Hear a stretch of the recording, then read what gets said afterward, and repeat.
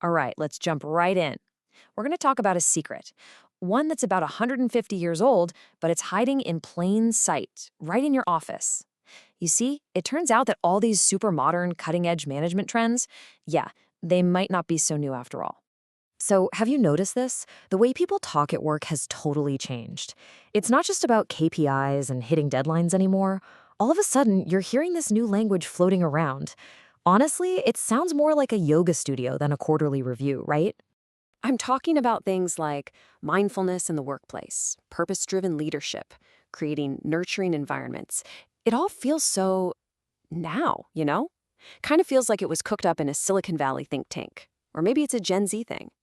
But here's the kicker, it's not just a bunch of buzzwords. Companies are actually doing this stuff. Every and what's really fascinating is that this isn't just some passing fad. No. Companies are jumping on board with these softer approaches for one simple reason. They're getting hard results. So that begs the real question, right? Why? Why do these models work so well? What is it deep down that they're tapping into? Okay, so to get to the bottom of that, let's first take a look at how these ideas are actually playing out in the real world. Let's see what the results are telling us. So let's imagine a tech company. They're struggling. They've got amazing, talented people, but performance is tanking and everyone is burning out. So what's their first move? Well, they go straight to the old playbook, you know the one.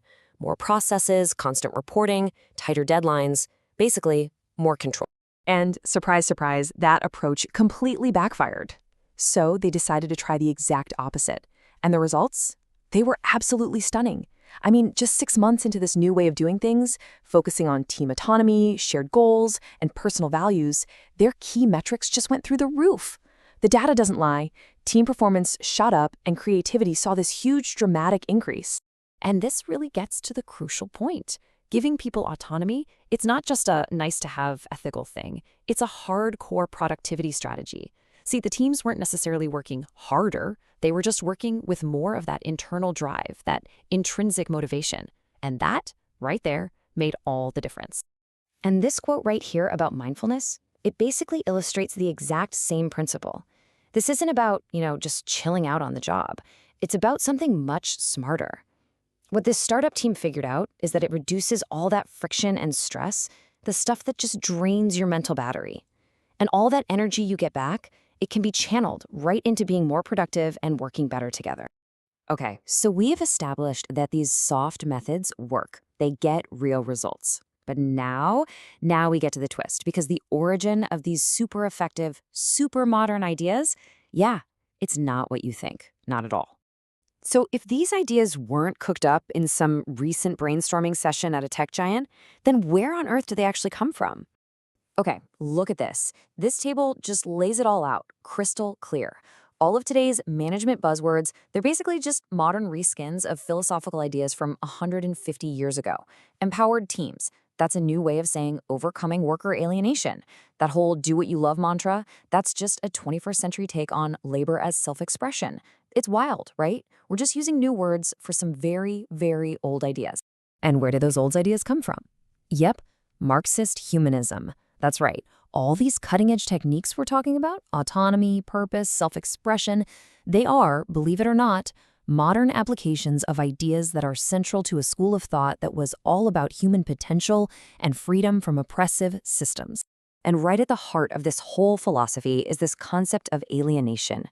You know that feeling? Like you're just a tiny cog in a giant machine. You feel totally disconnected from the work you're doing, from the final product, maybe even from your own potential. Well, that is the very problem that all these 21st century management strategies, whether they realize it or not, are trying to solve. So what does this all mean when you put it together? It's pretty simple, really. The modern office is basically wrestling with a very old problem, and in the process, it's accidentally stumbling upon a very old solution. I mean, the parallel here is just striking. Think about it. The exact same problem of alienation that was being analyzed in 19th century factories, that's what's being tackled now in our shiny, modern digital offices. The setting is totally different, sure, but that fundamental human need for connection, for purpose, that hasn't changed one bit. And this quote really gets to the heart of it all. It's about seeing people as the goal, not just as a means to an end, not just a resource to be optimized. And the most successful organizations today, they're rediscovering this fundamental truth, that real, lasting success for the whole company, it starts with the free and full development of every single person on the team. So that's really the crucial point, the big takeaway. Today's most innovative leaders, they aren't inventing some new type of person, not at all. They're just rediscovering a core truth about who we are, about our very nature. We thrive when we feel connected, when we have a purpose, and when we're free to actually use our potential. And that leaves us with one final thought to chew on. As the world of work keeps changing at lightning speed, you have to wonder, what other old human truths are we going to uncover next?